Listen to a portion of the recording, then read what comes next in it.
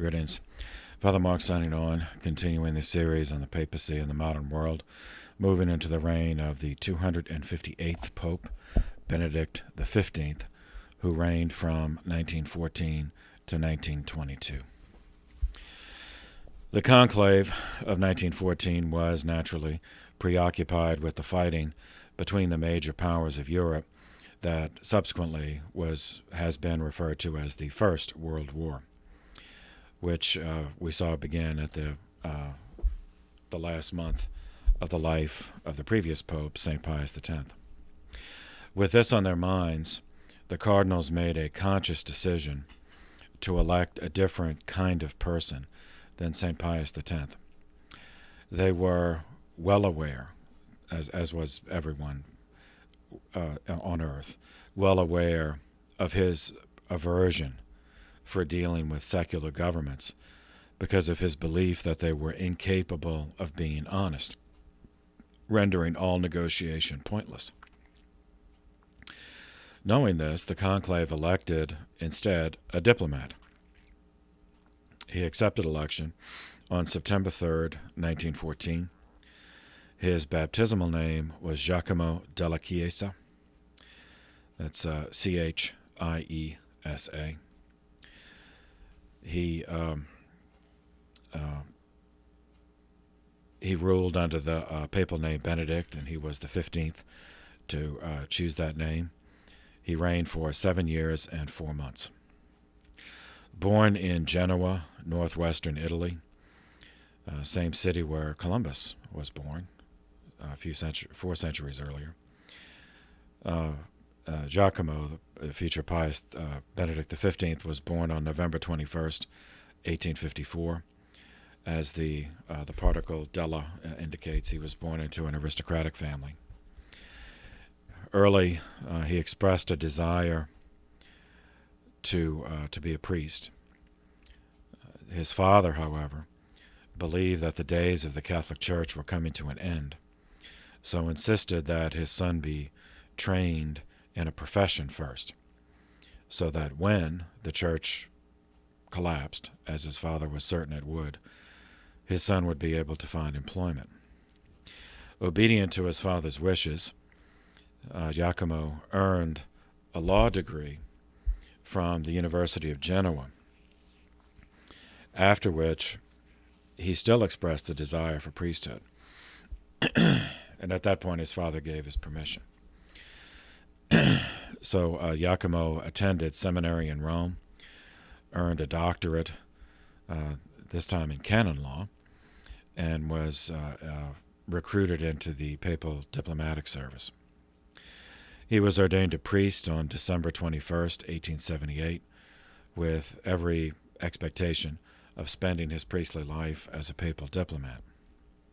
He spent 5 years doing office work in the diplomatic service, reading and summarizing reports from the nunciatures across the world, and handling correspondence with them. This was a normal apprenticeship for aspiring diplomats, as it gave them exposure to the papal diplomatic service, put them at least in written contact with papal diplomats across the world. It also allowed the higher-ranking prelates to study the young priest and decide which ones they wanted on their personal staffs. In 1883, 5 years, after 5 years of this, Father Giacomo was invited to join the personal staff of the nuncio to Spain, the ambassador of the Holy See to Spain, who was Mariano Rampolla. Giacomo served as his personal secretary for 4 years. Rampolla was a favorite of Pope Leo XIII. So when Rampolla was appointed Cardinal Secretary of State of the Vatican, of the Holy See, Rampolla brought Father Giacomo back to Rome with him, appointing him as his undersecretary in 1887. For the next 16 years, Father Giacomo labored in this post, which under a pope like Leo XIII who was very active diplomatically, as we saw. This was considered most prestigious. In 1903, Pope Leo XIII died, and Pope Pius X entered the Vatican with the complete opposite view, having a deep suspicion of any priest who made a career in diplomacy. From Pius's perspective, diplomacy was nothing more than politics on an international level. And as we saw, he viewed politics as a theater of deceit. That was his term. So Pius could never comprehend how a man could possibly be a priest and a diplomat at the same time. And as we saw, Pius really didn't care for diplomacy. He regarded the church as a fortress, and the rest of everything outside of it was the enemy. So there's no point in attempting diplomacy. So Pius fired Cardinal Rampolla from his position as Secretary of State, which meant that Father Giacomo lost his patron. Pius was willing to give Giacomo a chance to prove himself in real priestly service, as Pope Pius regarded it, so made him Archbishop of Bologna. And Giacomo, as Archbishop, he proved his reliability, and he sincerely did his duty to the best of his ability as Archbishop in a very large, busy archdiocese like Bologna. Giacomo, both as a young man, as a priest, and as an archbishop, was the kind of person that did not have a wide circle of close friends. His aristocratic background and the way that children of aristocrats were raised in the 19th century gave him a personality that others regarded as aloof. Yet he was respected by everyone who knew him. He just wasn't buddies with anyone, and no one really think of him as the kind of person who could be a buddy. But they did respect him, and he worked hard. So Pope Pius X forgave him for his past as a diplomat and appointed him to the College of Cardinals in May of 1914, in what turned out to be only 3 months before Pius himself died. So with a background of 25 years of diplomatic service and 11 years of pastoral service, Giacomo della Chiesa appeared to be exactly the kind of man the church needed as pope at that time. So the conclave elected him in 1914. Now, as we saw at the end of Pius's reign in a previous video, the trigger for the First World War was the assassination of the Archduke Franz Ferdinand and his wife Sophie. Franz Ferdinand was the heir apparent to the throne of the Austro-Hungarian Empire. Like the Prince of Wales in England, he was already designated as the heir. The assassination took place in Sarajevo on June 28, 1914. The war commenced exactly 1 month later, on July 28, 1914. So to cover all the battles would take us too far afield. A vast number of books have been written on this. But just a brief summary to understand what was going on that was uppermost in Pope Benedict's mind when he was elected. On August 3rd, 1914, Germany implemented the Schlieffen Plan, which we covered earlier, by invading the neutral nation of Belgium, just simply to pass through, to get through, so they could invade France from the north, and get to Paris as quickly as possible, conquer Paris, and then the assumption of von Schlieffen was that France would then surrender within a month. So they invaded through Belgium, so they would not be delayed by France's defenses along the border it shared with Germany. On August 23rd, 1914, the German army entered France, invaded France. They had been, to their surprise, now von Schlieffen was dead. The guy who came up with the plan was dead already, but he had not taken into account the possibility of resistance in Belgium. So Belgium was just, they just thought the army would just pass through because Belgium was a neutral country, like Switzerland today. Yet there was fierce resistance in Belgium from a British expeditionary force. Now, remember, the British were allied with France and Russia, and in that crucial month between the assassination of Franz Ferdinand and the commencement of hostilities, the Great Britain perceived the direction in which things were going, so they sent an expeditionary force just to be there just in case, and they put up a resistance to the Germans, and that fierce resistance cost the Germans a crucial 20 days, subtracted from the 6-week timetable of the Schlieffen Plan, which had required them to conquer France in a month and then give them 2 weeks to transport the entire German army all the way to the other side, to the eastern border of Germany, to face Russia. Simultaneously, contrary to Schlieffen's plan, the Russians did the unexpected. They launched an attack on Germany's eastern border in August, which was sooner than Schlieffen had scheduled. Schlieffen assumed that Russia would take longer to mobilize because it was such a vast country. Further, he assumed that Russia would not attack until they had mobilized. And that therein was the second part is where the error was. The first part was correct. It did take Russia longer to mobilize, but they didn't wait.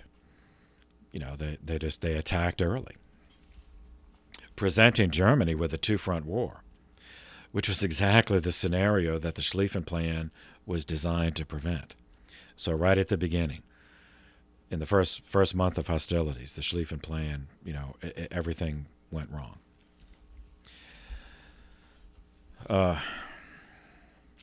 Now, as far as tactically, the results, the reason the Russians did this, attacked early, was because France panicked when they saw the invasion was coming from the north. So begged Russia to attack as soon as possible. Tsar Nicholas, looking at it from the meta perspective, he threw away an entire army, an entire Russian army, by throwing them against the Germans without proper equipment, because they were attacking before mobilization was complete. And that entire Russian army was wiped out at the Battle of Tannenberg on the Masurian Lakes by August 26th, 1914. Now, given the night, even though it's the 20th century, all these guys were brought up in the 19th century. So from Nicholas's perspective, that was a requirement of honor, that he help one of his allies, and it doesn't matter, if 50,000 of his own people died, because as we'll see that. Anyway, the damage was done. The German troops who won that eastern victory over the Russians had been intended to be fighting on the Western Front, given the invasion of France overwhelming firepower.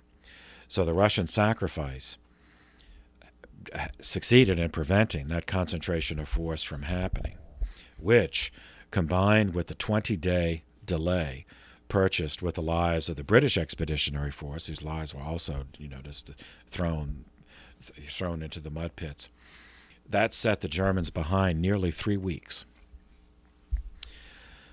Now, those were errors of overconfident planning on the part of Germany, or von Schlieffen, not considering that actual soldiers are not toy soldiers, and they will at times act in ways that cannot be predicted, even in ways that that any objective rational analysis would conclude is contrary to their interests.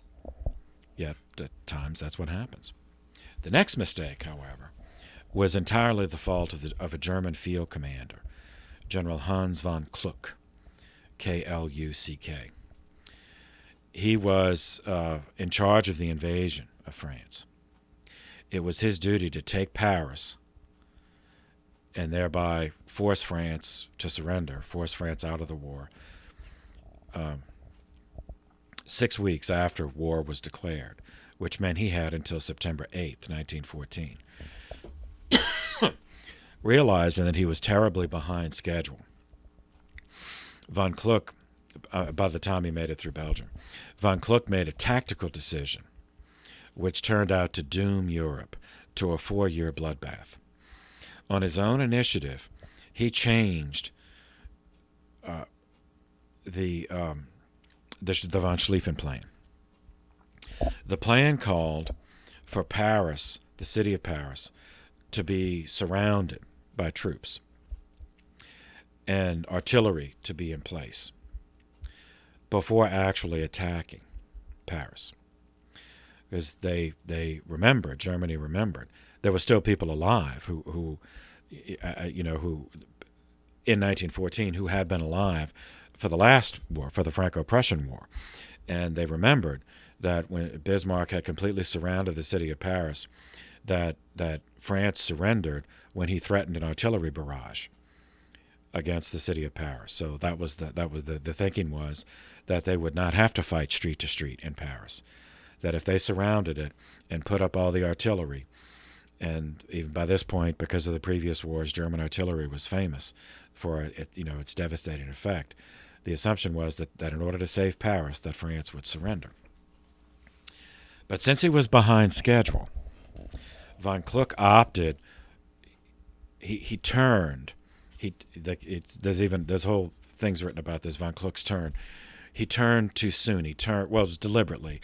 Instead of going all the way past Paris and then turning to encircle, he turned too soon and opted for a direct frontal assault on Paris across the Marne River, M-A-R-N-E. This change allowed the French to concentrate their forces to oppose the river crossing, an opposition which was made all the stronger because the French had an extra 20 days to prepare, thanks to the British High Command throwing away, and their entire British Expeditionary Force fighting in Belgium. And it also meant that without Paris completely surrounded, the Germans would not have that to hold over the French. We can level Paris. We'll start our barrage and Paris will be leveled, in hours. But without that, by frontal assault, that meant that they couldn't make that threat. On September 6th, 1914, the Battle of the Marne River, ended in a stalemate. If you look up the dates of the battle, they'll say, that's when the battle ended. But in World War I, battles never really ended, until 1918. When the whole war was over. Instead, the Germans stopped direct, sending human waves, trying to get across the Marne. So the two sides stabilized. So the French did not lose the battle because Paris was still theirs. But the Germans did not lose because they were still there. So von Kluck's failure to envelop Paris deprived him of the advantage, and the position of the French prevented them from surrounding von Kluck, as they could not leave their fortified positions to try to envelop him, because then they would leave their lines too thin, and maybe, from there they would think, okay, maybe the Germans would just penetrate the line and then invade the city of Paris. So the two sides instead dug trenches outside of Paris, adopting the defensive posture which made the war such a ghoulish bloodbath. Because defensive technology, such as barbed wire and the machine gun, or automatic action weapons, as well as the artillery, rendered infantry attacks of massed charges in formation obsolete. Yet the military leadership on all sides was either too obtuse to realize this or too stubborn to change. They insisted on massed infantry charges because that's what they had studied in the military academies. And yet, okay, consider the defensive, from the perspective of the defense, an entrenched machine gun position, and an entrenched artillery position could hold against a much larger force indefinitely if supplied properly with ammunition. So just a few guys in a machine gun, if the machine gun held out and they had the, and they were well trained and they replenished the firing, just a few guys in a fortified machine gun position could mow down hundreds of men before they were even in range to do anything about it. So, okay, then they thought the solution was, well, we'll outflank those entrenched positions. So, in attempting to outflank, to go around them, brings us to October 18th, 1914, the First Battle of Ypres, Y-P-R-E-S, Belgium. The British Expeditionary Force in Belgium had reorganized itself and had been somewhat reinforced and learned of the situation outside Paris. So they the British attacked the German position from the north, hoping to outflank them. And figuring all these guys had similar training, even though they were on opposite sides. So they knew in that position, well, from a German commander's perspective, if I'm about to be outflanked, I don't want that. So I'll withdraw. I'll pull back and solidify my position to prevent myself from being flanked. And then if the enemy continues on that trajectory, if I pull back in time, then I can attack him from the flank. So the British thought if they did that the Germans would withdraw from Paris, maybe not retreat all the way back to Germany, but at least withdraw somewhat from Paris. But the Germans counterattacked, and they did not pull back. Instead, they entrenched. So when the British started attack, the Germans dug trenches. So the British couldn't even get across the trench to outflank the Germans. But the commanders, okay, well, you take those 10,000 men and just charge, and if you charge with sufficient elan, and then you'll breach the trench, and then you will be able to outflank them. Well, that's not what happened. The guys just get mowed down. For the next 2 months, the same process was enacted to the south, as each side tried to outflank the other. So when the British attack failed, then the British are on the north and entrenched. So the French felt safe enough to try this. So then the French said, okay, well, we'll go to the south. We'll try to outflank the Germans from the south. Well, the Germans, perceived that was happening, so they went south and dug trenches and tried to outflank the French. Well, the French saw that, so then the French dug trenches, and then the Germans, and then the French, and the Germans, so went all the way, continued going further south.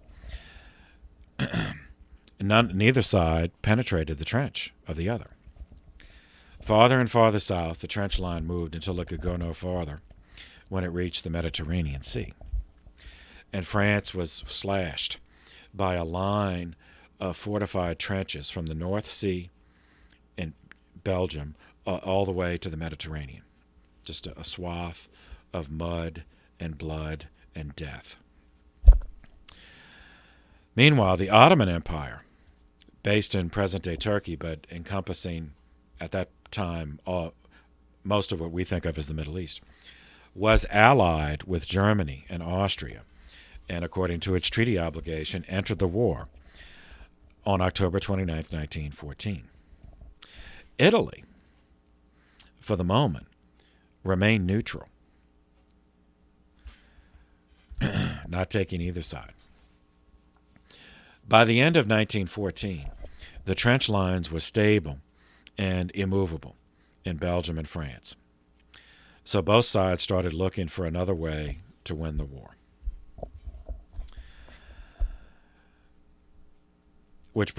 Sticking with the chronology, this brings us to November 1st, 1914, when Pope Benedict XV issued his first encyclical. And as we've seen with recent popes, late 19th and into the 20th century, popes used their first encyclical as a sort of a policy, paper. I mean, it's not just policy, of course, but it's a statement of their ecclesiology and their priorities that they would pursue as pope. So in his first, Benedict XV was titled Ad Beatissimi, consisted of 33 numbered sections. He called for peace, of course, in the world, but also peace within the church.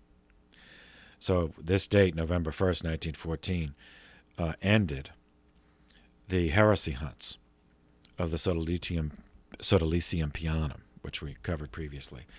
Those hunting for crypto-modernists hiding within the church, parasiting off the church, but undermining it from within. So an exemplar quote about the world comes from number 3. Quote, "The combatants are the greatest and wealthiest nations of the earth. What wonder, then, if well provided with the most awful weapons modern military science has devised, they strive to destroy one another with refinements of horror. There is no limit to the measure of ruin and slaughter. Day by day the earth is drenched with newly shed blood, and is covered with the bodies of the wounded and of the slain. Who would imagine, as we see them thus filled with hatred of one another, that they are all of one common stock, all of the same nature, all members of the same human society? Who would recognize brothers whose Father is in heaven?" Skipping down to number 7, quote, "Never, perhaps, was there more talking about the brotherhood of man than there is today. In fact, men do not hesitate to proclaim that striving after brotherhood is one of the greatest gifts of modern civilization. Ignoring the teaching of the gospel and setting aside the work of Christ and his church. But in reality, never was there less brotherly activity amongst men than at the present moment. Race hatred has reached its climax." Now, remember, this is 1914, so as we know, no, it's not the climax. World War II with the Holocaust would surpass this. But from his perspective, race hatred has reached its climax. Peoples are more divided by jealousies than by frontiers. Within one and the same nation, within the same city, there rages the burning envy of class against class. And amongst individuals, it is self-love, which is the supreme law overruling everything.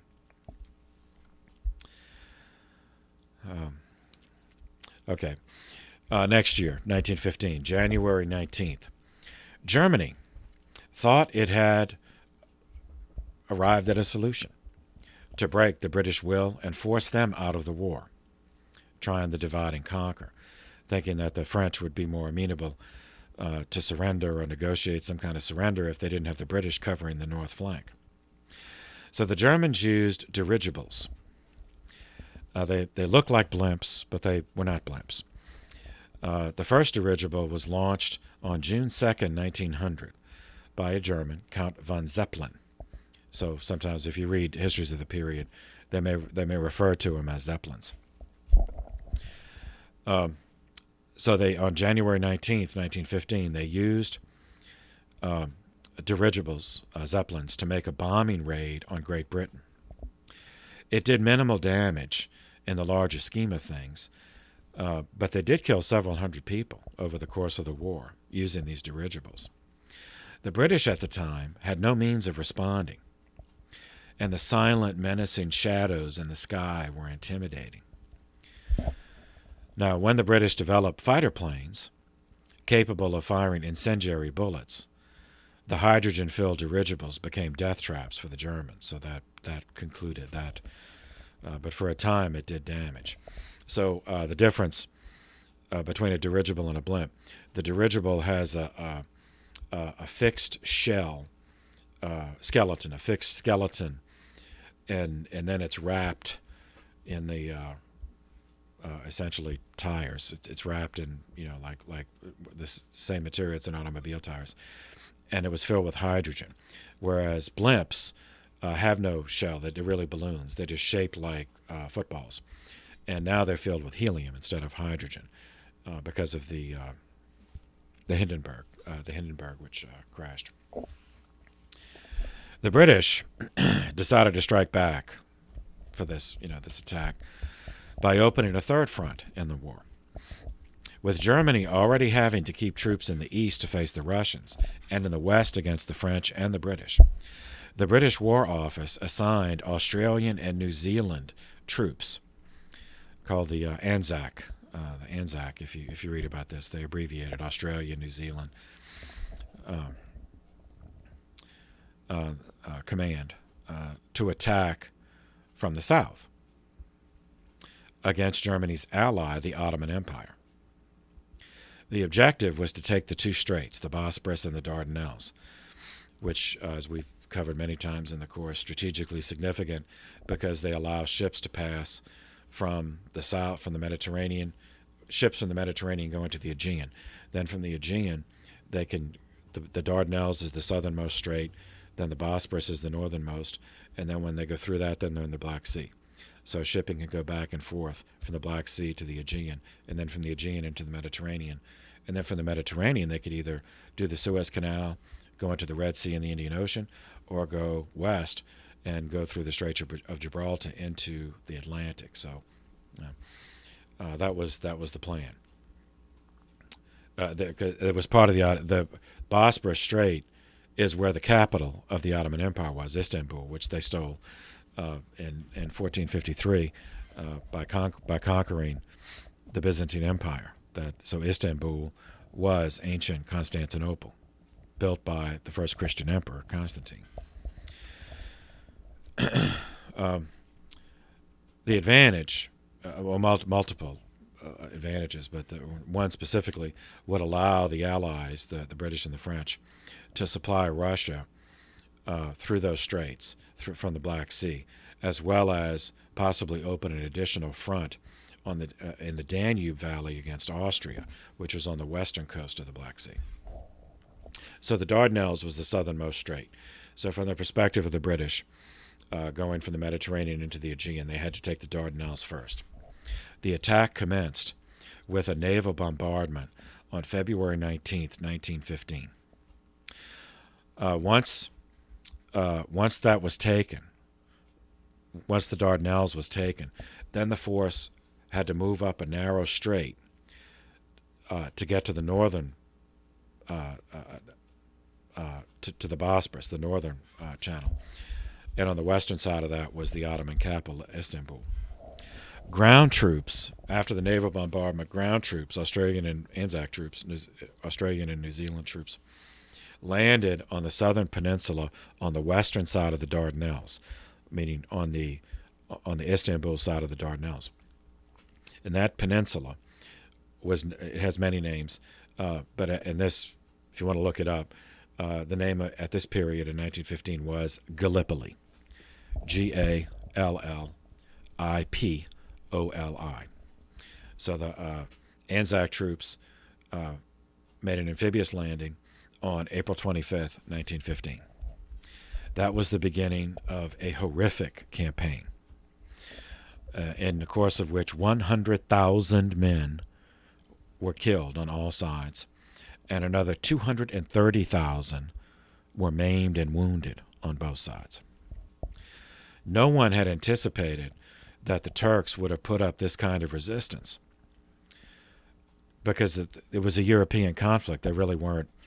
I mean, the thinking was that the Ottomans had just declared war because of their treaty obligation, but that, once they saw Allied troops there, that they would just cut a deal and negotiate themselves out of the war. Nobody expected them to put up this kind of fight and lose this many of their own troops for something that really was a European dispute. Nevertheless, they did. And once again, the defensive capacity of modern weaponry coupled in the case of Gallipoli with the mountainous terrain, meaning that the Anzac troops had to attack, at an upward slope, combined with the ridiculous incompetence of the British generals and the officer corps, threw away their men in one pointless assault after another against elevated fortified positions. 2 months after the naval bombardment began, and 1 day before the Allied landing at Gallipoli took place, the Ottomans decided that they could not wage a war against Christian nations while harboring large populations of Christians in their midst. So, on April 24th, 1915, they began arresting a prominent Christian minority within the Ottoman Empire, the Armenian, ethnically Armenian, but religiously Christians, who were living in what is now Western Turkey. So the first phase of this, they were arrested, and then they were marched through the desert for relocation to the eastern side, thinking that even if they did decide on some kind of uprising to assist the British and French against their Islamic overlords, that they would be in a less effective position to do so. Yet, as it happened, many of the Armenians simply died along the way. It was like a death march. Many died of thirst. And then, other Armenians, when word of this leaked out, the Armenians began fighting back. And once they started fighting, then from the Ottoman perspective, you see, yeah, okay, that proves it. These Armenian Christians were never reliable. So then the Ottoman program of arrest and relocation became more systematic, developing into the first genocide of the 20th century. By the time the Ottoman Empire fell, only 3 years later in 1918, 1.5 million Armenian Christians had been killed.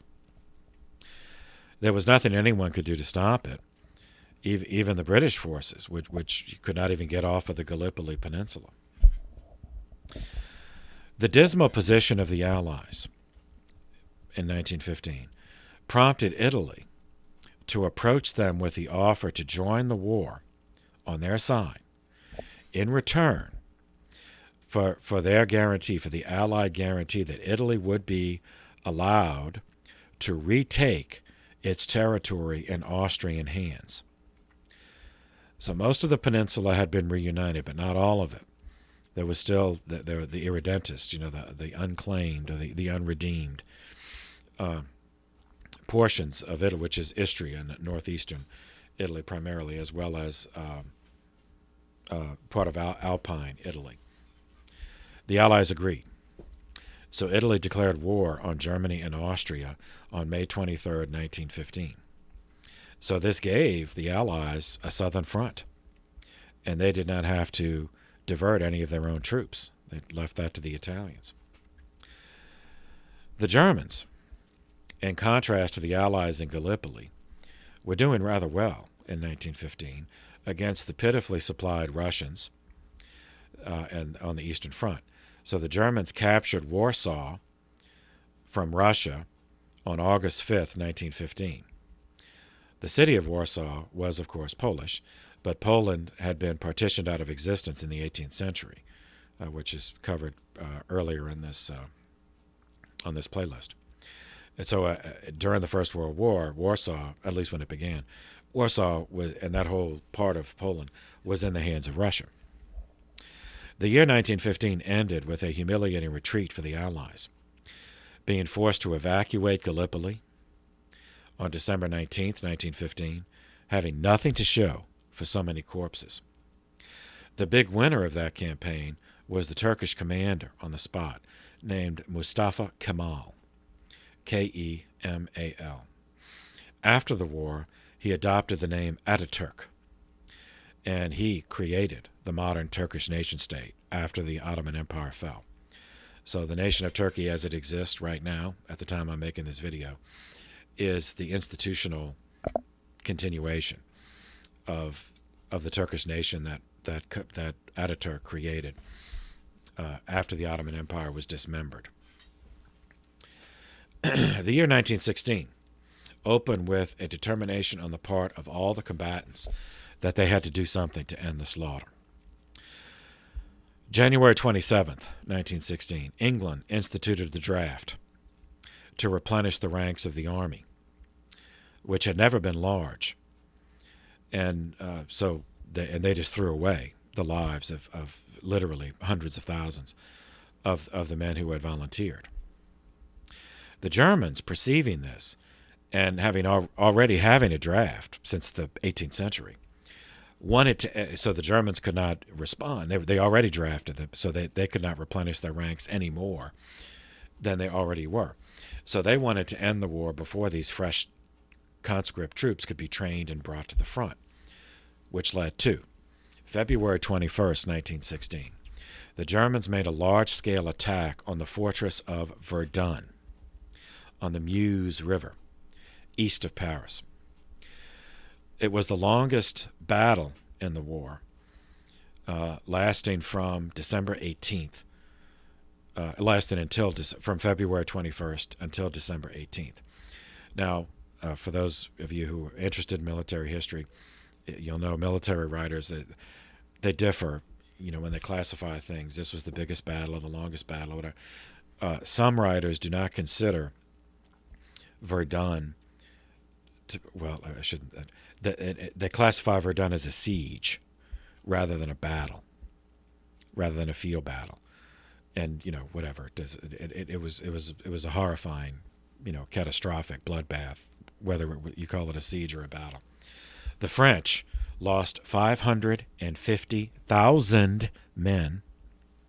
The Germans lost 434,000 men. And when it was done, the lines had moved 1 mile from their original position. The trench lines, I mean. April 29th, 1916, on the Eastern Front, the Ottoman Front, the Battle of Kut, K-U-T, in ancient Mesopotamia, which after the war would be renamed Iraq. The British suffered another ghastly humiliation. They decided to try to attack the Ottomans from the south again, this time from the Persian Gulf into present-day Iraq.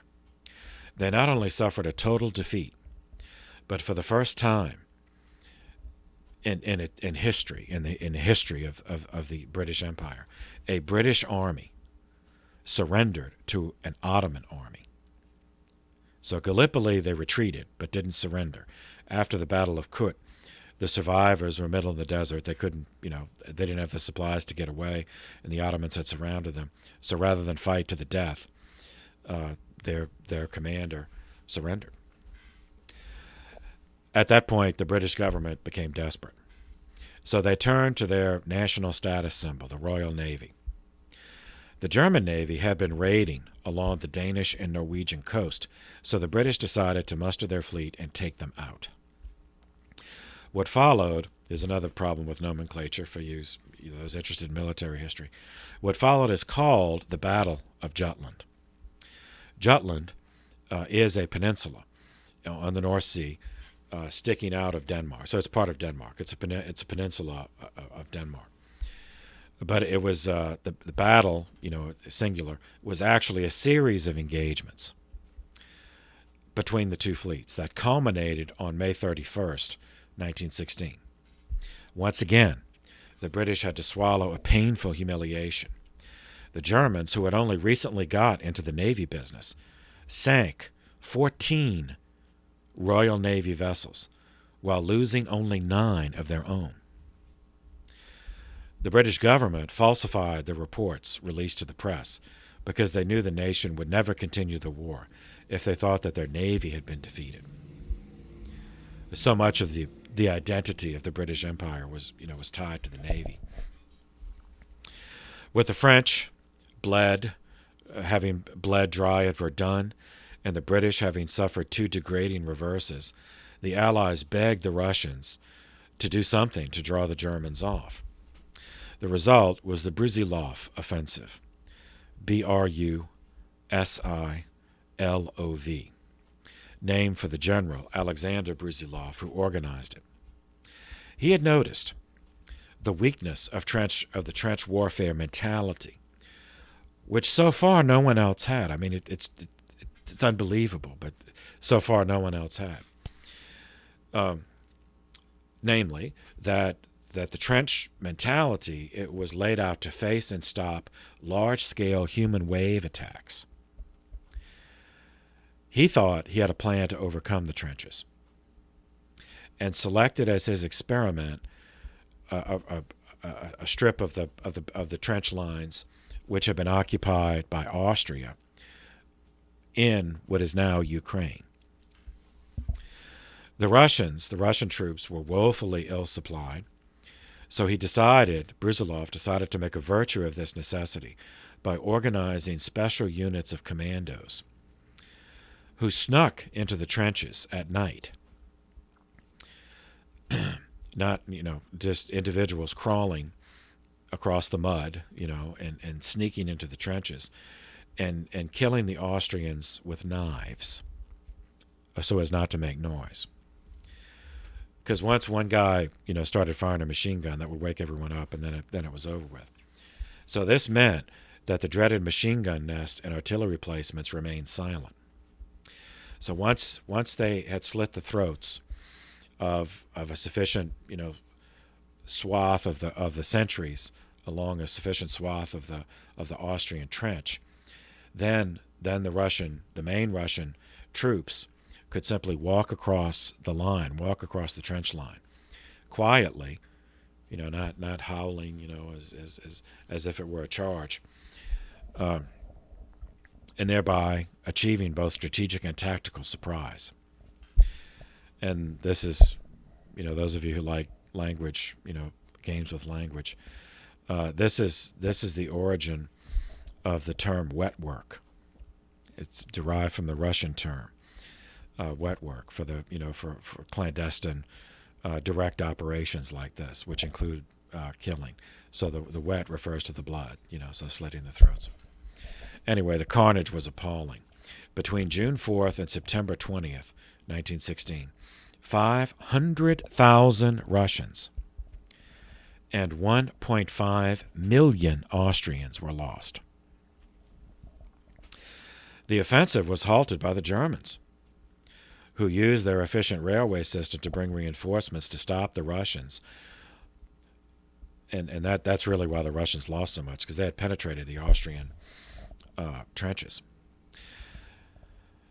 The offensive succeeded partially. It did succeed in drawing German troops away from the French border, and it did ruin Austria's military capacity. Austria never recovered from this. They still stayed in the war, but they never recovered from this. And the Austrians never did mount another offensive. And soon the Austrian monarchy would fall. It was the first of the monarchies to fall. The success of the Brusilov offensive gave heart to the Allies.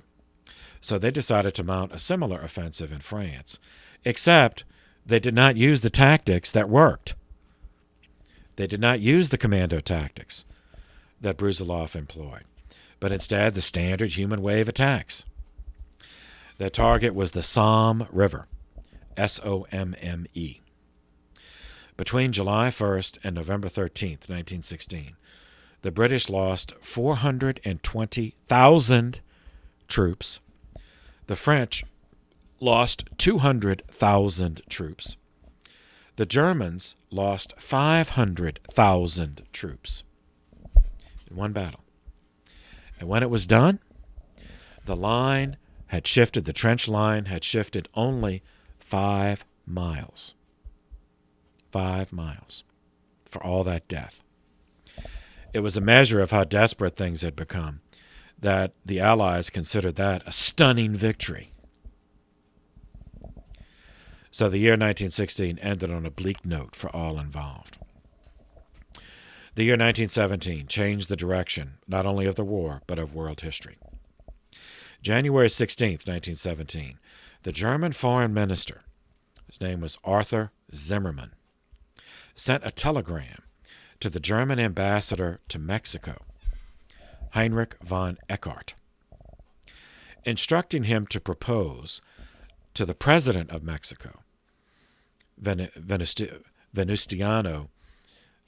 Carranza, that Mexico attack the United States across the Rio Grande River. And if they did so, if Mexico agreed to do this, then Germany would assist Mexico in regaining all the territory west of the Mississippi that Mexico lost in the Mexican-American War of 1848, which I cover in the American History playlist. British intelligence intercepted that telegram and decoded it without either the Germans or the Mexicans knowing that they had done so. But they did not release it immediately because the British intelligence did not want the Germans to learn that they had broken the German code, which would mean that the Germans would just change it. But they kept it. The British kept it in their pocket to use. Following month, February 1st, 1917, Germany, fearful of impending economic collapse if they did not end the war soon, and out of desperation, began unrestricted submarine warfare. Unrestricted meaning that they would sink both civilian and military ships at will, and without warning. This included the sinking of passenger liners, cruise ships, some of which carried American citizens. And that provided the American president, Woodrow Wilson, with the justification he needed and wanted to start arousing the isolationist population of the United States into going to war.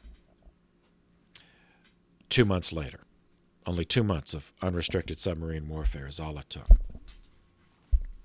But before we get there, in the same month that unrestricted submarine warfare began, the Romanov dynasty of Russia, Tsar Nicholas II, was overthrown by an internal revolution called the February Revolution.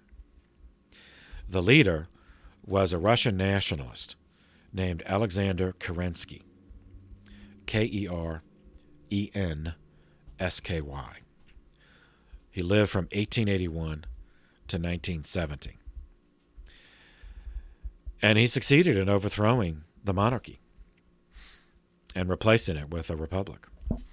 But he sealed his own doom, or rather the doom of his project of a Russian republic, by vowing to continue fighting the war to a successful completion. By this point, Russia, or at least the Russians, the guys who were actually fighting, no longer had any interest in the war. They just wanted peace. Kerensky was, however, a decent man, despite his willingness to throw away hundreds of thousands more of his people. He spared the lives of the imperial family, did not execute Tsar Nicholas II, his wife, or children, which revealed to Lenin, the Bolshevik we encountered earlier, that Kerensky was simply not ruthless enough to survive against a real killer, a man who had dedicated his life to a communist revolution in Russia, Vladimir Ilyich Ulyanov, known by his code name of Lenin. We last met him and his mate, Kripskaya. They were living in exile in Switzerland. German intelligence knew about them. And the German government transported Lenin, as well as other Bolsheviks exiled in Switzerland, transported them on German trains from Switzerland to Russia for the purpose of overthrowing Kerensky's government. In exchange, Lenin agreed that he would take Russia out of the war. As soon as I'm in power, I'll take Russia out of the war. And that's why the Germans did it. So he entered Russia on March 3rd, 1917, 1 month after Kerensky overthrew the Tsar. Lenin spent the next 7 months organizing a Bolshevik revolution against Kerensky's republic. On March 1st, 1917, the British were becoming desperate, and facing the prospect that they might have to surrender, they might have to make a separate peace with Germany.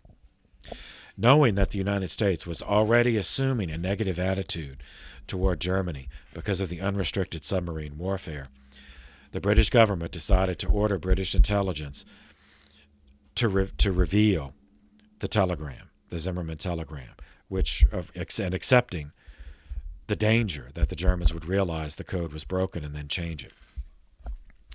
So the British revealed in the press. They revealed the Zimmermann telegram to the press, which outraged American public opinion, as they knew it would, and gave Wilson the final edge he needed to push the United States into a war.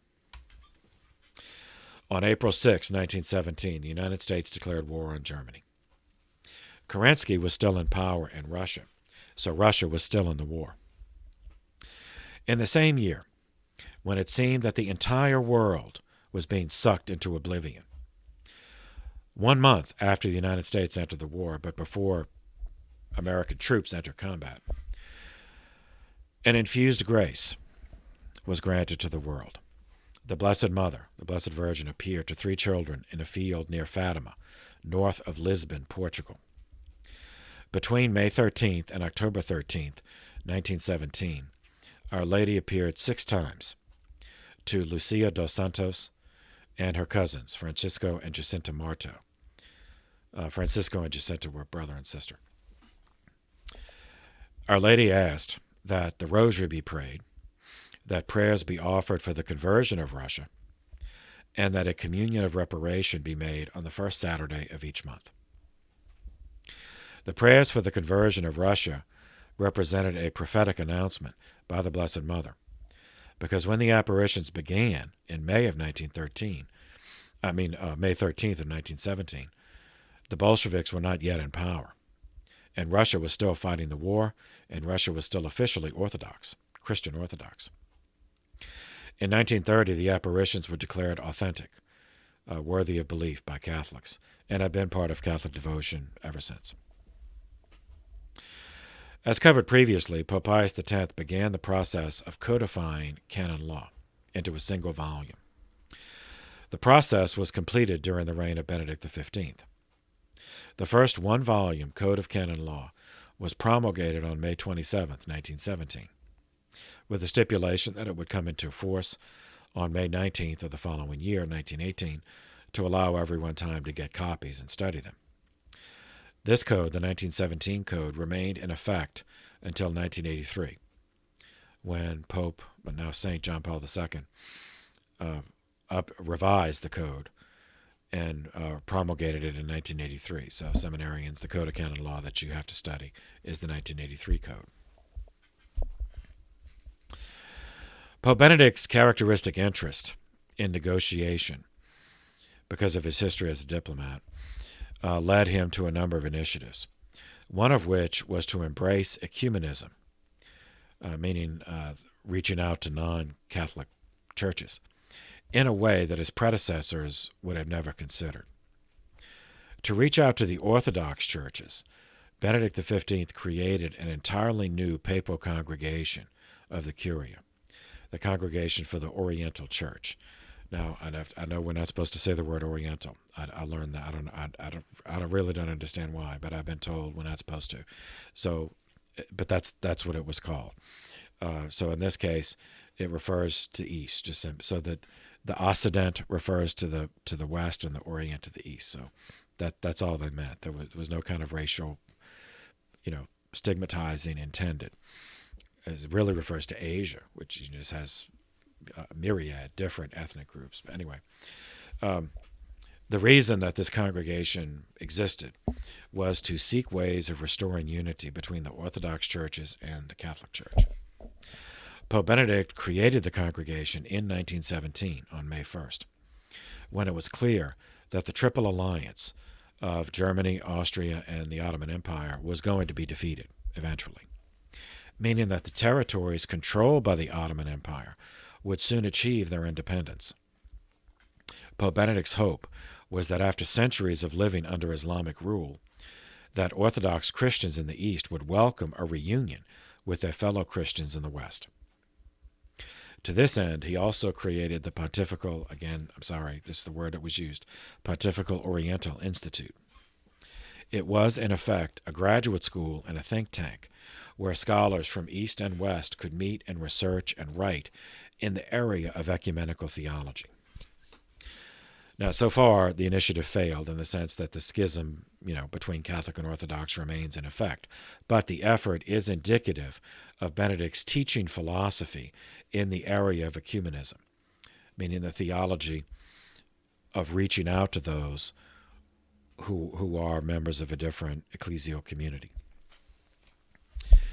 In the longer term, Pope Benedict's initiative enabled the recruitment of a group of enthusiasts for ecumenism who generated a body of thought and writing just waiting for an opportunity to be used. And it was used at the Second Vatican Council, which ended up, and that theology ended up in its final documents and in its theological disposition in multiple documents. And ecumenical outreach to Orthodox churches still remains the official policy of the Holy See. Adhering to the chronology, July 31st of the same year, 1917, the Battle of Passchendaele, which, depending on the history you read, it might also be called the Third Battle of Ypres. So Passchendaele is a village in Belgium, Passchendaele.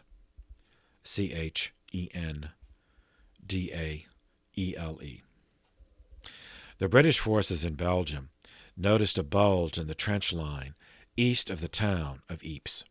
It was called the Ypres salient. They decided that a pincer attack, so you have flat, so like if the trench line was like this, but there was a bulge, and that's the salient. So they thought a pincer attacking, might cut off that bulge, and then they could at least reduce, by killing those troops trapped in the salient.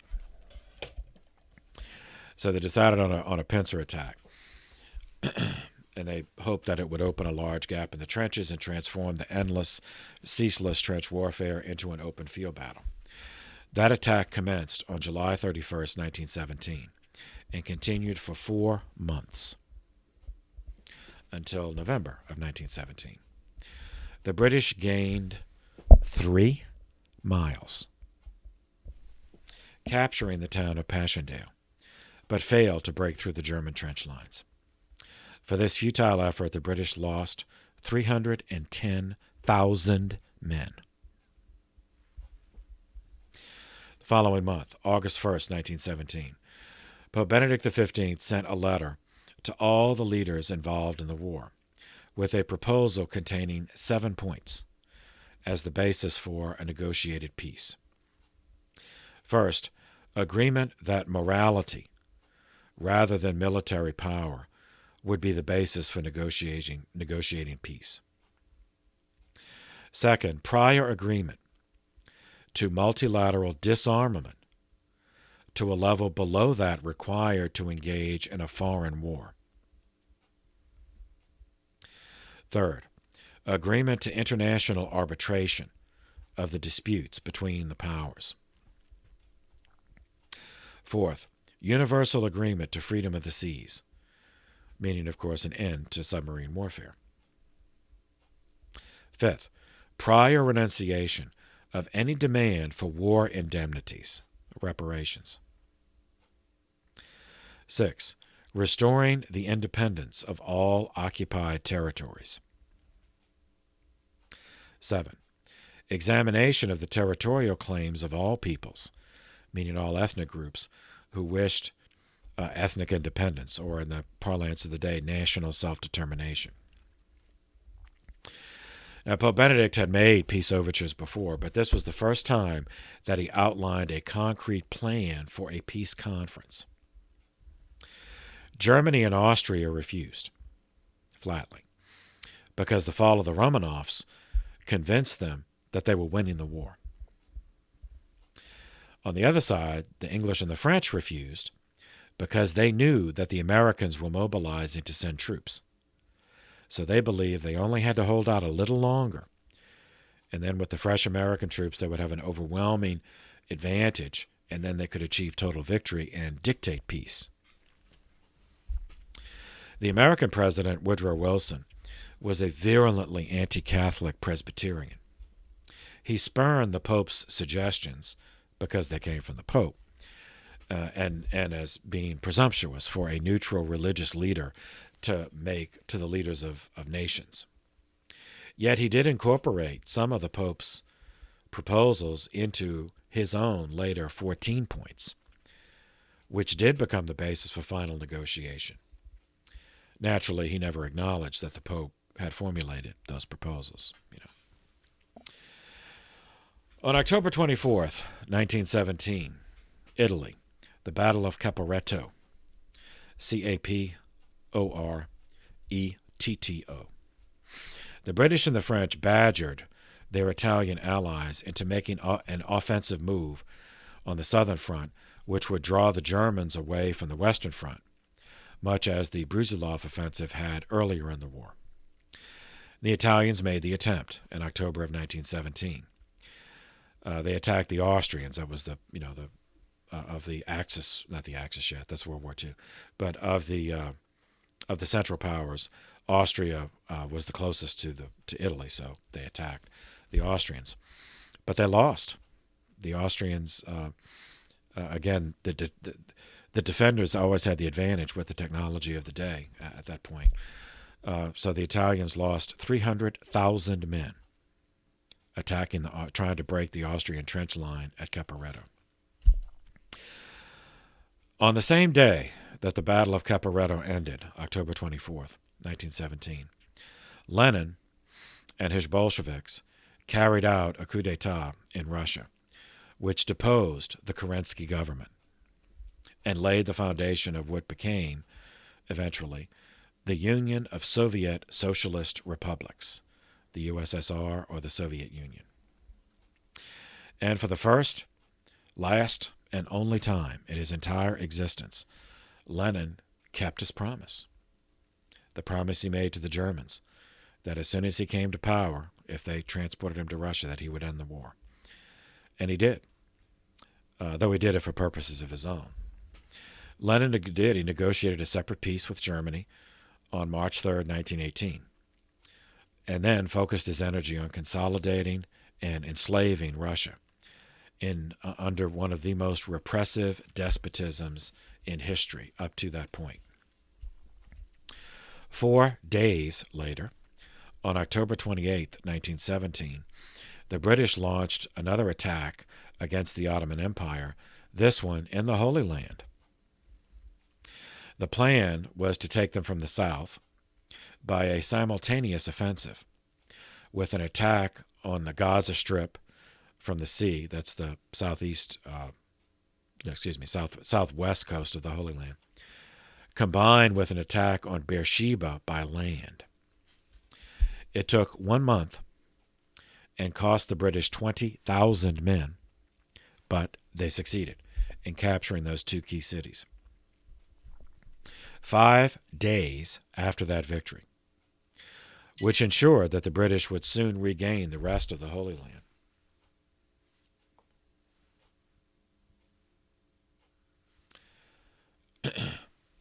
The British Foreign Minister, analogous to the American Secretary of State, his actual name was Arthur James, but he's better known by his title. He was an Earl, the Earl of Balfour, or Lord Balfour, Balfour.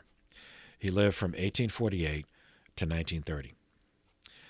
He wrote a letter to the most powerful banker in England, whose name was Lionel Walter, the Baron Rothschild, who lived from 1868 to 1937.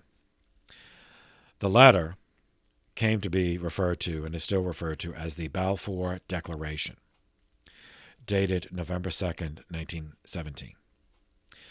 And it has continued to shape history to this day. The Baron Rothschild was a well-known supporter of Zionism, which was a movement to restore Israel as a Jewish nation, restore ancient Israel as a modern nation state, but following the 19th and into the 20th century political ideology of national self-determination, it would be an ethnic state. It would be a Jewish state.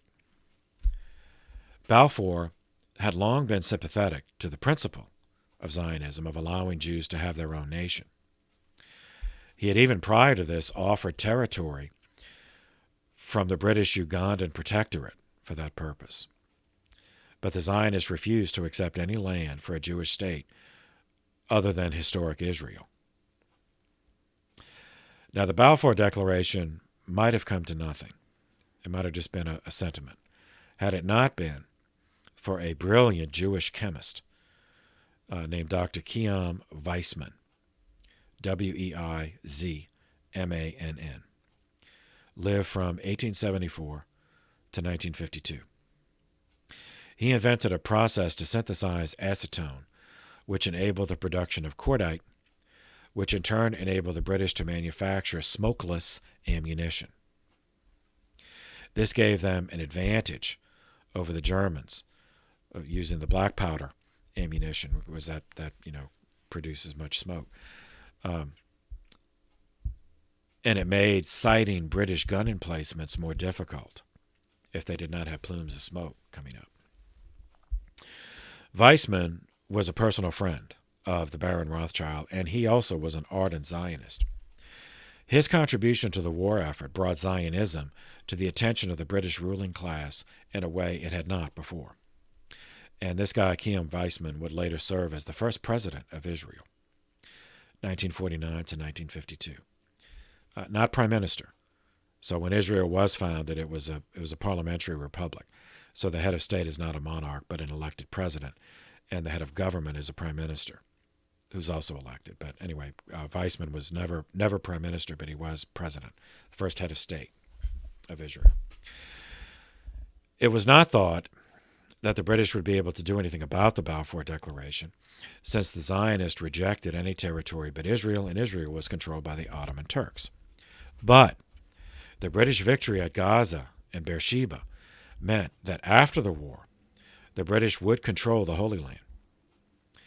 With that in view, 1 week after the victories, Lord Balfour wrote that the government of Great Britain would facilitate the creation of a national home for the Jewish people. Now, national home is the way he phrased it. In words, a difference of opinion, shall we say, over which many have died, later emerged over the difference between a national home as distinct from a nation state, or simply a nation. Lord Balfour did not use the word nation. Still, this letter is recognized as a historical moment in the Zionist movement, and November 2nd is still commemorated as Balfour Day. Because regardless of all misunderstandings and hedging on, eventually Israel did come into existence, and it still exists today. Buoyed by any victory, even one costing 20,000 men, the Allies decided to try a breakthrough on the Western Front again. On November 20th, 1917, the Allies employed 476 newly developed tanks in an attack meant to break the German line between Artois in France and Cambrai in Belgium. These tanks were newly developed. They were slow. They had little maneuverability. By December 7th, 1917, the Allies gained 2.5 miles at the cost of 45,000 men. Though once again, it shows how warped their perspective that this was claimed as a resounding victory, just because they gained ground, and because the Germans lost more men. We lost 45,000 men, but they lost 50,000 men, and we took 2.5 miles from them.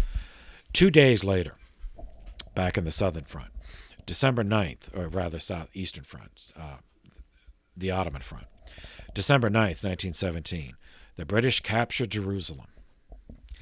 returning the city to Christian hands for the first time since the Crusades were driven out in the 13th century. On the whole, 1917 ended on a mixed note. The Central Powers, Germany, was still in France. Physically, they still had troops in France. And their ally, Austria, was victorious in Italy. And in the East, they no longer had Russia to contend with, as they had defeated Russia clandestinely, using Lenin. Meaning that the next step in the German plan was to focus all their effort on the West, to finally complete the Schlieffen Plan, focus everything on France. But the Americans were coming. Both sides knew that 1918 would be a decisive year, and little was done in the first 6 months of the year but prepare for the final showdown. Germany spent the time moving troops from the Russian front in the east to the Western Front against France and Belgium. The Allies spent the time transporting 500,000 American troops to France, which led to the Second Battle of the Marne River, July 5th through August 3rd, 1918. When Germany learned the size of the AEF, the American Expeditionary Force, they knew they had to do something before that force could solidify an attack. So the Germans gambled everything on a major offensive. They chose to end it where it began, at the Marne River, east of Paris. The attack commenced on July 5th, 1918. For a solid month, the Germans charged and charged and charged in the same futile strategy which the Allies had employed so many times. It failed for the Germans, as it had so often failed for the Allies. The French lost 95,000 men. The British lost 13,000 men. The first of the American Expeditionary Force lost 12,000 men. But the Germans lost 168,000 men. As it turns out, that was the last attempt Germany made to win the war. For the next 4 months, they would be totally defensive. They were able to return to their trench line, but could do nothing but wait.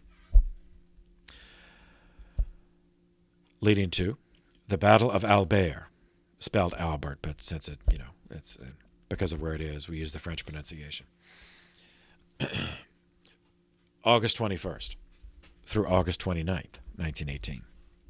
The month after the failed German offensive, the Allies decided that they were in a position to end the war.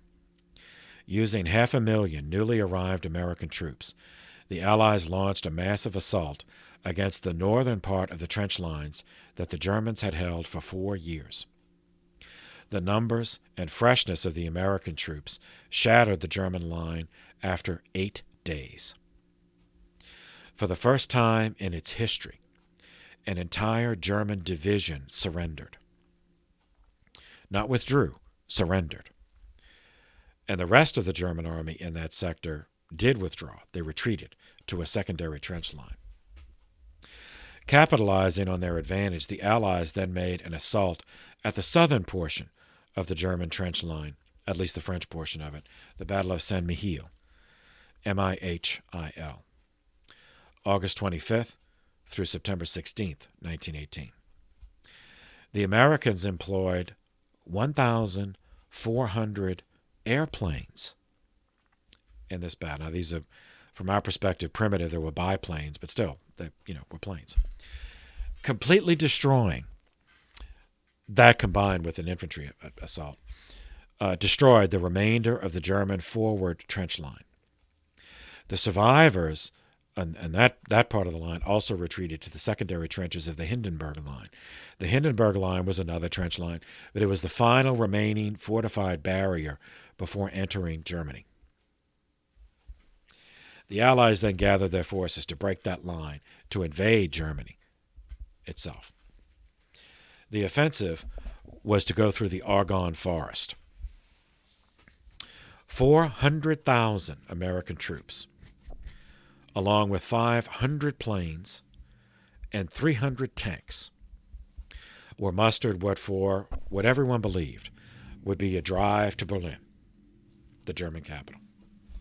The attack commenced on September 26, 1918.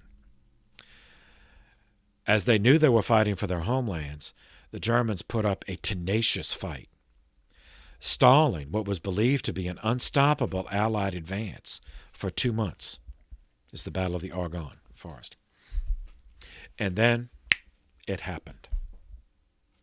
November 4th, 1918, influenza began sweeping the camps on both sides. It was a virulent strain of the virus, which attacked otherwise healthy adults, instead of the characteristic paradigm of attacking the vulnerable, the very young and the very old, causing death by suffocation when if it proceeded to pneumonia, then the lungs would fill with fluid, respiration could not take place, then a person would die. In retrospect, we know this was the beginning of one of the most significant demographic events in all of human history. In the next 18 months, 65 million people throughout the world died of this disease before it burned itself out. And, nobody was able to continue the fighting on either side.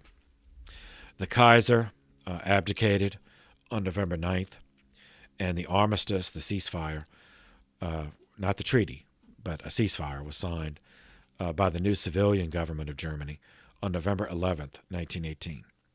Only 7 days after the influenza outbreak began in the trenches. It had started earlier in other parts of the world. Actually started in Haskell, Kansas in the United States. But anyway, the treaty would not be signed until the following year, the Treaty of Versailles, 1919. But this armistice was the real end of the fighting in World War I. There are 4 items to remember about the Treaty of Versailles, which did end the war and reset the world. And that treaty was finally signed on June 28th, 1919. Salient point number 1. The Treaty of Versailles imposed draconian and, in the end, impossible war reparations on Germany, which ensured that the economy of the new German state, so the monarchy fell. The monarchy which the monarchy which fought the war on the German behalf had fallen. It was replaced by a republic, the Weimar Republic, named for the town where the Constitution was written, Weimar. So even though the Weimar Republic was not the government that waged the war, the reparations were imposed, and they were responsible for repaying it. And in the end, it ensured that the economy of the Weimar Republic would never flourish. And ultimately, the political entity supported by that economy would crash. Second, the Treaty of Versailles physically dismembered Germany, meaning reassigned territory to other people, such that large numbers of Germans were forced to live under non-German governments, what they regarded as foreign governments. Both of these first points would provide later Adolf Hitler with an infinite reservoir of propaganda venom to use in rallying his people behind himself and then into another bloodbath. Third, when the armistice had been signed on November 11th, what we now recognize as Veterans Day, November 11th, 1918, at that time, not a single Allied soldier stood on German soil. As you remember, the Allies never managed to penetrate the Hindenburg Line before the influenza broke out. The German foreign minister, in a malign coincidence, the German foreign minister was Jewish, ethnically Jewish, Arthur Zimmermann. The Jewish banking family of the Rothschilds supported the Allied war effort financially. The British foreign minister wrote to the Baron Rothschild, promising to support a national home for the Jewish people in the Holy Land. And the resulting treaty crippled the German economy and divided the German people.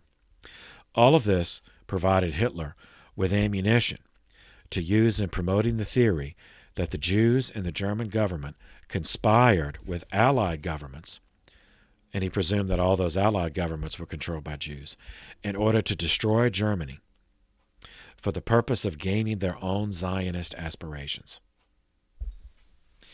Now, Hitler himself fought in the war as a corporal, and when the armistice was signed, he was lying wounded from a poison gas attack. He later claimed that the news of Germany's surrender induced a fit of hysterical blindness. When he recovered, he claimed, he knew that his mission in life was to overthrow the Jewish-imposed treaty and restore Germany to its greatness. And so the world would bleed again for that. Fourth, the Treaty of Versailles created the modern Middle East as we know it, by partitioning up the old Ottoman Empire and creating new nation-states in its place. So to simplify, first, Turkey, the nation of Turkey. Initially, the Sultan of the Ottoman Empire was allowed to remain in power, meaning the monarchy, the hereditary monarchy. But he was forced to accept foreign occupation of Istanbul to ensure the security of the Bosporus Strait. His realm was reduced to an area slightly smaller than ancient Anatolia and is almost what is today the country of Turkey. It's a little smaller than the present country of Turkey, but almost. The very year that the war ended, however, a nationalist general whom we've already met, Mustafa Kemal, lived from 1880 to 1938, led a group of like-minded nationalists in the military establishment in a war, a civil war, against the affront of foreign troops in Istanbul, later expanded against the Greek occupation of Smyrna, which was physically within Turkey, and against the Sultan and against the monarchy, which they regarded as having failed, by allowing this affront to Turkish honor to happen. Between 1919 and 1921, Mustafa Kemal and the Turkish nationalists waged this war, multi-front war, against the Ottoman establishment, against foreign troops, and against the Greeks. Well, they considered them foreign, but specifically against the Greeks too. On November 1st, by November 1st, 1922, his efforts were crowned with success as he, the nationalist, the military, regained Istanbul, the city of Istanbul, and the territory of Eastern Thrace, and officially abolished the Ottoman Sultanate, meaning the hereditary monarchy, in favor of a nationalist republic, which was a thinly disguised military dictatorship. Reacting against the lethargy of the late Ottoman Empire, Kemal, who renamed himself Ataturk, responded by creating a completely secularized society. Even though he was born Muslim and grew up in an Islamic society, he secularized the country. In form, it was a republic, but in reality, it was a single-party oligarchy controlled by the military, with himself as de facto dictator. In 1928, Islamic law, Sharia, as well as Islamic clergy, were removed from the legal and educational system of the new Turkish Republic. Religious garb was outlawed in public. So even Islamic imams could not wear religious garb in public. The legal and financial system of this new Turkish Republic was modeled on that of Switzerland. A completely new educational system was created based on the European style, with elementary through university level. In 1934, he even mandated the introduction of surnames, last names, which is a Western style of genealogy. Instead of, this guy, son of this guy, son of this guy, son of this guy, instead of that, which was the cultural way, for millennia, they adopted the Western style of genealogy with surnames.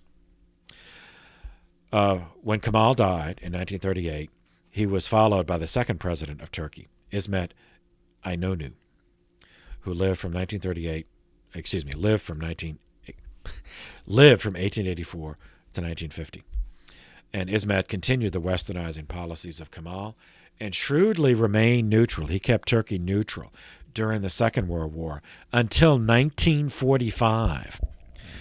In the last, the last year when it was obvious Germany was going to lose, then he got Turkey into the war on the Allied side to ensure that Turkey would have a seat on the winning side at the bargaining table. So very shrewd.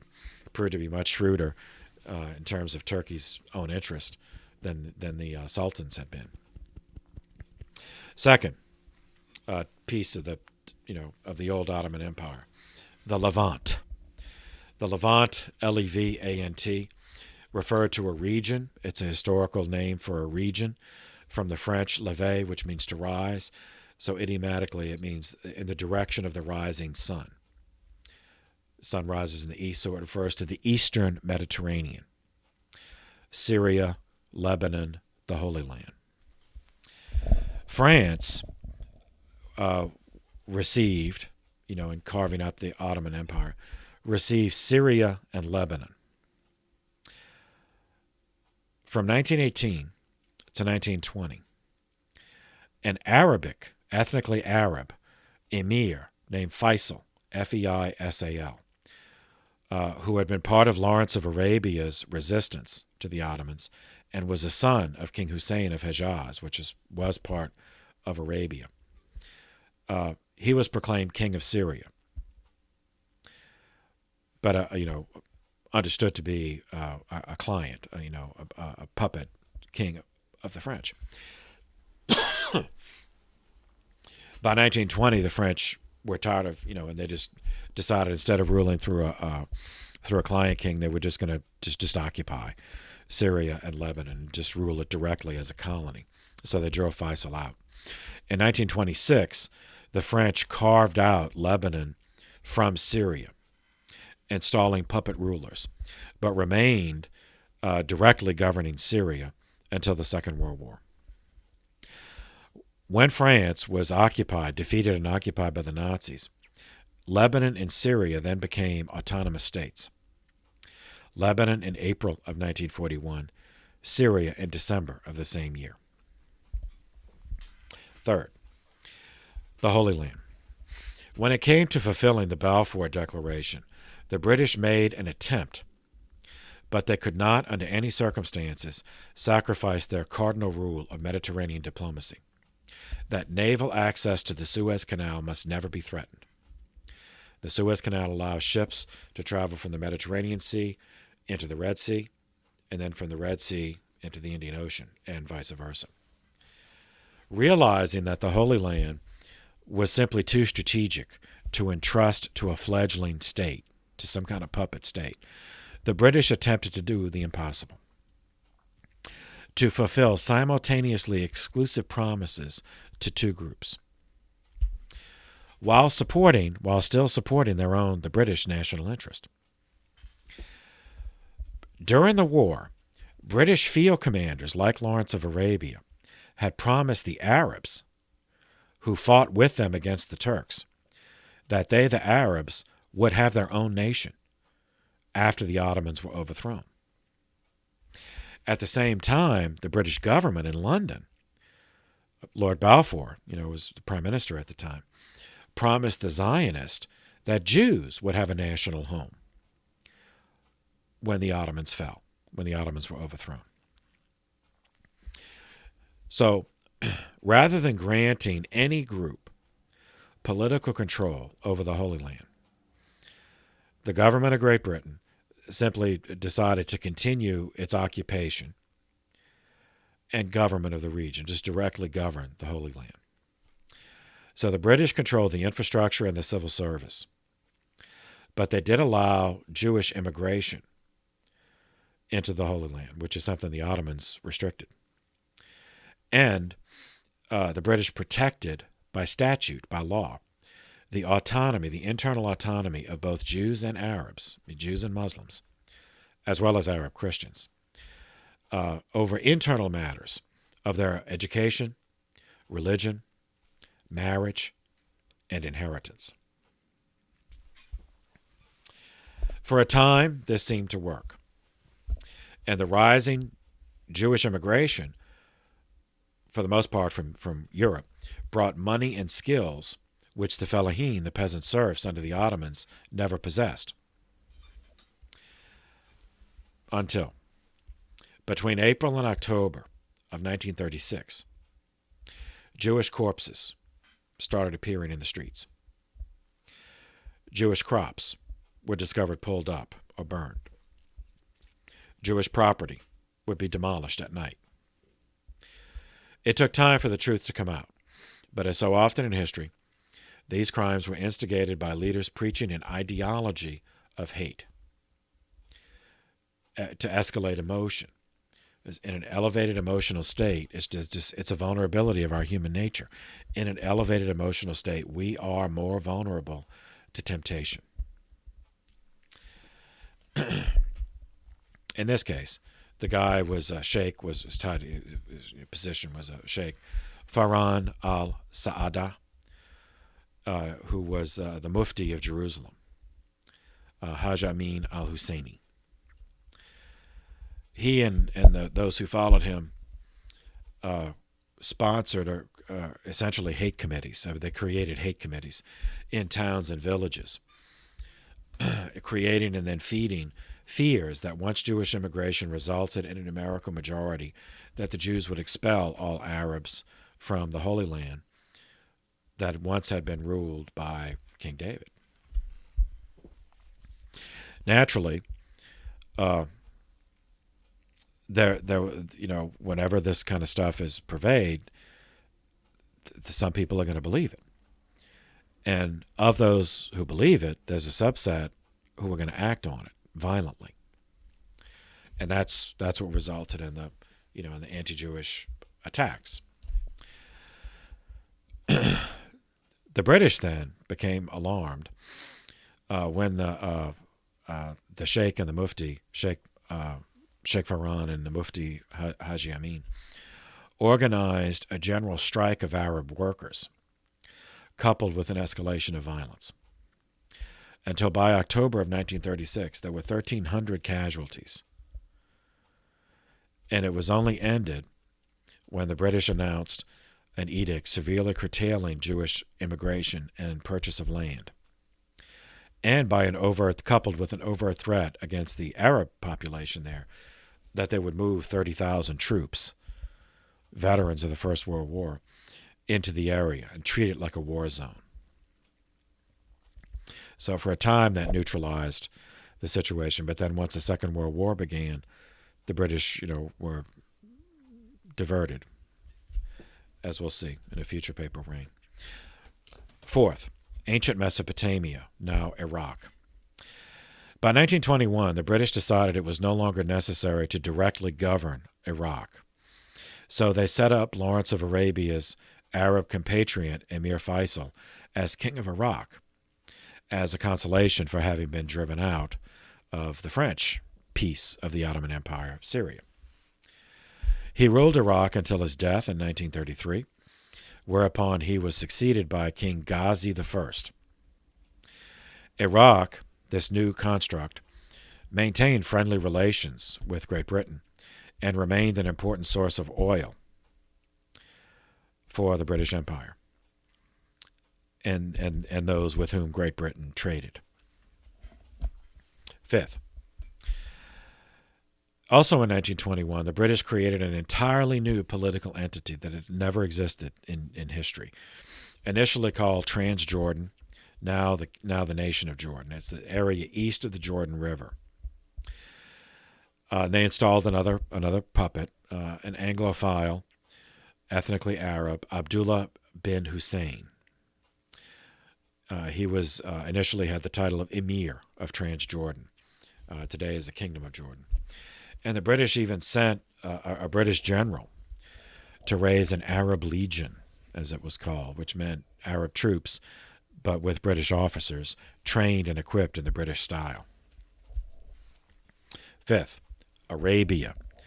The Arabian Peninsula, between the Red Sea to the west, the Persian Gulf to the east, and the Indian Ocean to the southeast, was somewhat more complex. From 1896 to 1924, the Kingdom of Hejaz, was only one part of Arabia. It was ruled by Hussein, the father of both emirs we just met, Faisal and Abdullah.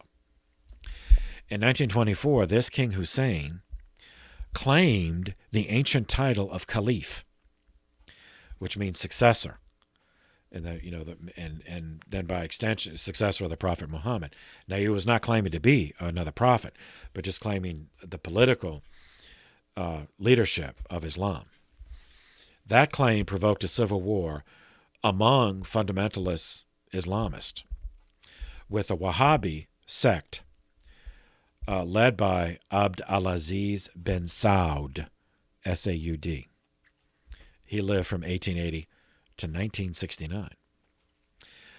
That intra-Islamic civil war ended in 1925 with bin Saud winning, captured Mecca and Medina, and was proclaimed he united the kingdoms of Hejaz and Najd. And then by 1932, he dispensed with the separation and renamed the realm after his family, the Kingdom of Saudi Arabia, which it remains to this day. Seventh, Persia, ancient Persia, present-day Iran. Persia had long been a point of contention between Great Britain and Russia. It was seized by a Cossack who had served in the Russian army. But when Russia fell, then he decided, okay, I'll just make my own kingdom.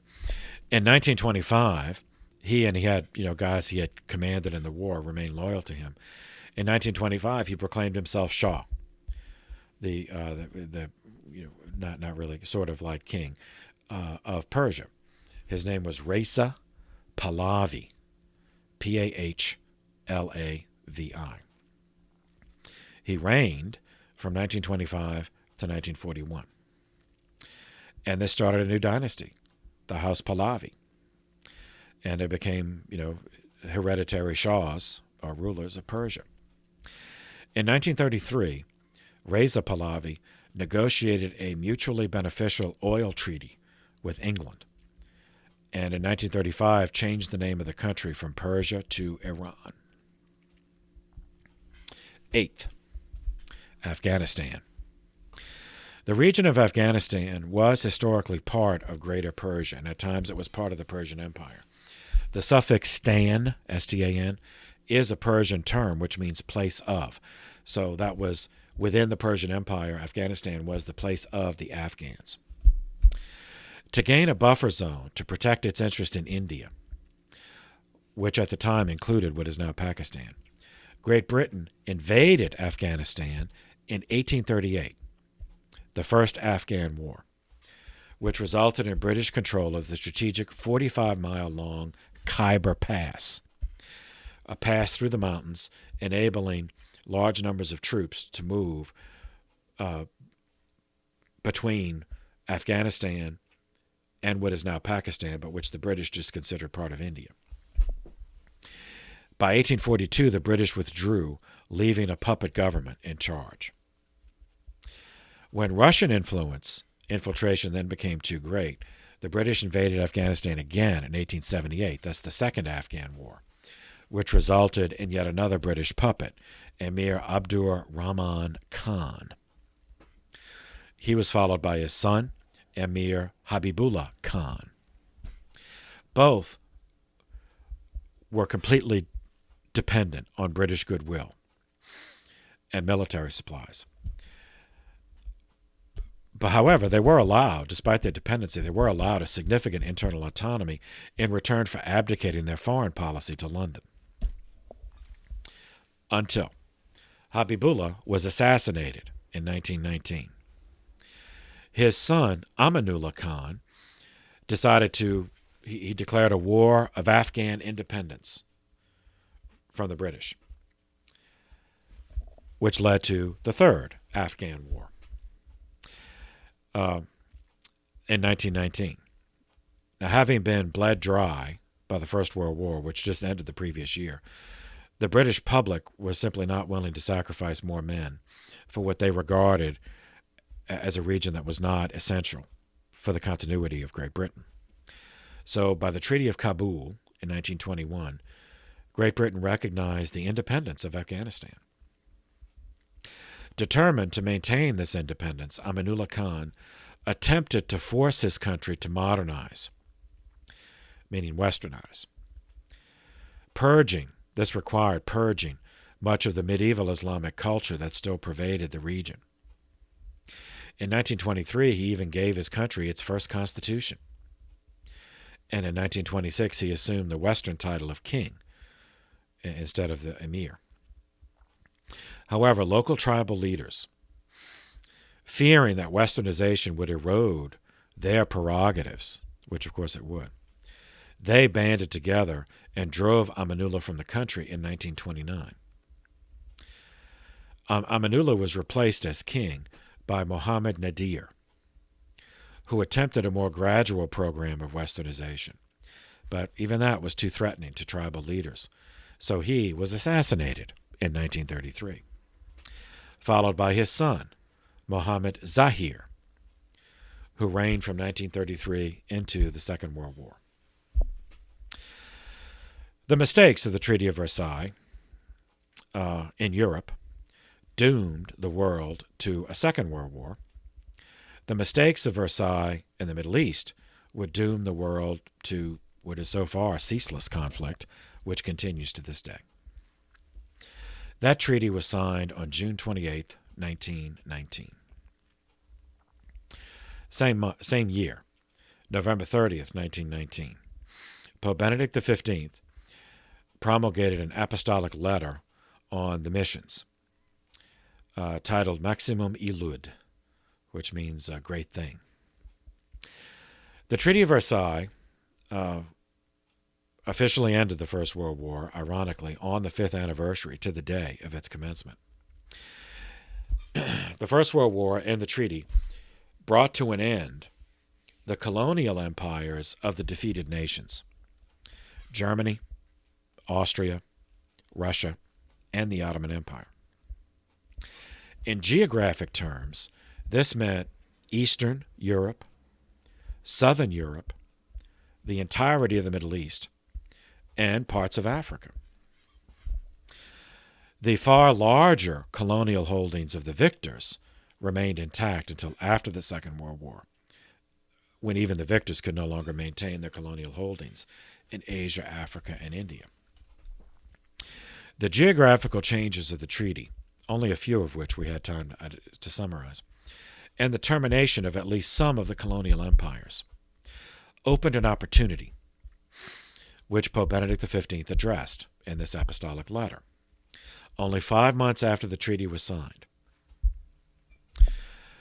As in the area of ecumenism, Pope Benedict XV provided a theological beginning to a line of thought that would later be incorporated into Vatican II, in this case in the theology of missions, or missiology, which, today I suppose we'd say evangelizing cultures which were unfamiliar with Christianity.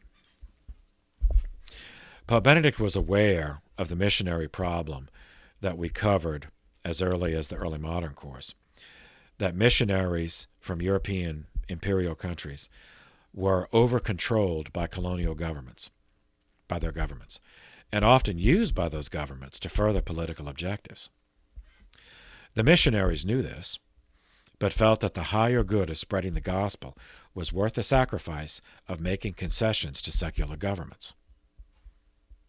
Pope Benedict believed that without the inhibitions, that now that the First World War ended and so many of those imperialist Western governments had fallen, that now without the inhibitions imposed by the need for the military support from those colonial powers, the Church could then take the evangelization effort to a deeper level.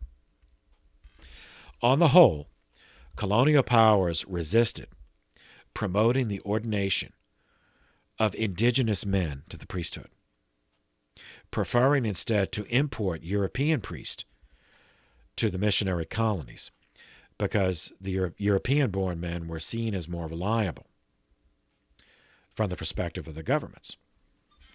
Benedict perceived that this had already cast, and if continued, would forever cast Christianity as a European religion in the minds of the people in those former colonies. Only when the people of a local area gave their sons to the church and their daughters to the religious life, and saw them return as ordained priests and professed religious to serve them in their own areas, only then would Christianity be seen as truly theirs. This process is the missionary strategy that came to be referred to as indigenization, making Christianity part of the indigenous culture by the indigenous people themselves. To facilitate this, Pope Benedict outlined in this letter a two-part process. First, recruiting men, boys, young boys and men, from local populations to be sent to Rome for training as priests, in the hopes that they would return home as priests, and then they would be known, in Rome, and then when they got older, they could be bishops of their home areas. Second, those Roman-trained bishops, but ethnically part of the missionary society, would then sponsor building seminaries in their particular countries, so that local families did not just have to send their sons away to a foreign land for years, but instead actually saw and supported and could even visit the places where their sons studied. The end result, Pope Benedict hoped, would be that after a few generations, the church thinks in terms of centuries, so it would take generations. So 4 generations in a century. That after a few generations, the coming of the faith with European colonizers would be a historic memory. And instead, the fresher memories would be those of a church staffed by their own people, their own clergy, their own religious, trained locally, but in union with the Holy See. Thereby, Christianity could exist within all cultures, but be bound and restricted by none of them. Now, none of those teachings to sound new, which is a tribute to how deeply Benedict's strategy came to affect church practice still to this day. The practical details have not worked out entirely as Benedict hoped, because the development of the former colonies into nations was so often interrupted by civil wars and foreign wars, and by neocolonialism of an economic, character. But the ideal remains the heart of Catholic missionary practice. Now, in fairness, we must also note or recall, because we covered this earlier in the early modern playlist, that popes as early as the 16th century had perceived that cultivating an indigenous bond with Christianity was the correct strategy. But all of that was crushed in the 19th century wave of neocolonialism or imperialism. Germany used the Redemptorists, France used the White Fathers and the Vincentians, the British used missionaries of the Church of England, Spanish and the Portuguese used Franciscans and Dominicans. All of them were able to travel free on military ships and had the right to demand and expect protection from colonial authorities. Further, they enjoyed the security of financial support, but at the price of accepting government control. And remember, all government aid comes complete with a collar and leash. It was not until the establishment of independent missionary societies, like the Maranols, established in 1911, directed towards Asia and later Latin America, and then the Kimboni missionaries directed to Africa. It wasn't until then that there was a serious effort in the modern period to attempt to make the church viable in missionary lands without government support. Those missionary societies just live from donations, and not donations from any government.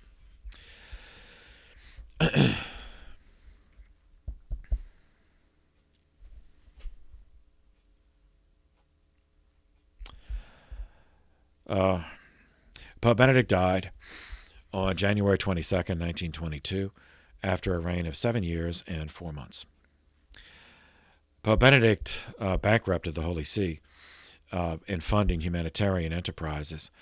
He sponsored a missing persons bureau to help reunite families after the chaos of the wars and the collapse of so many countries, which also meant those countries, when they collapsed, that means the mail services collapsed, and the way people communicate. He also funded chaplains to attend to the military prisons and hospitals because governments often refused to provide services to prisoners of war of former enemies.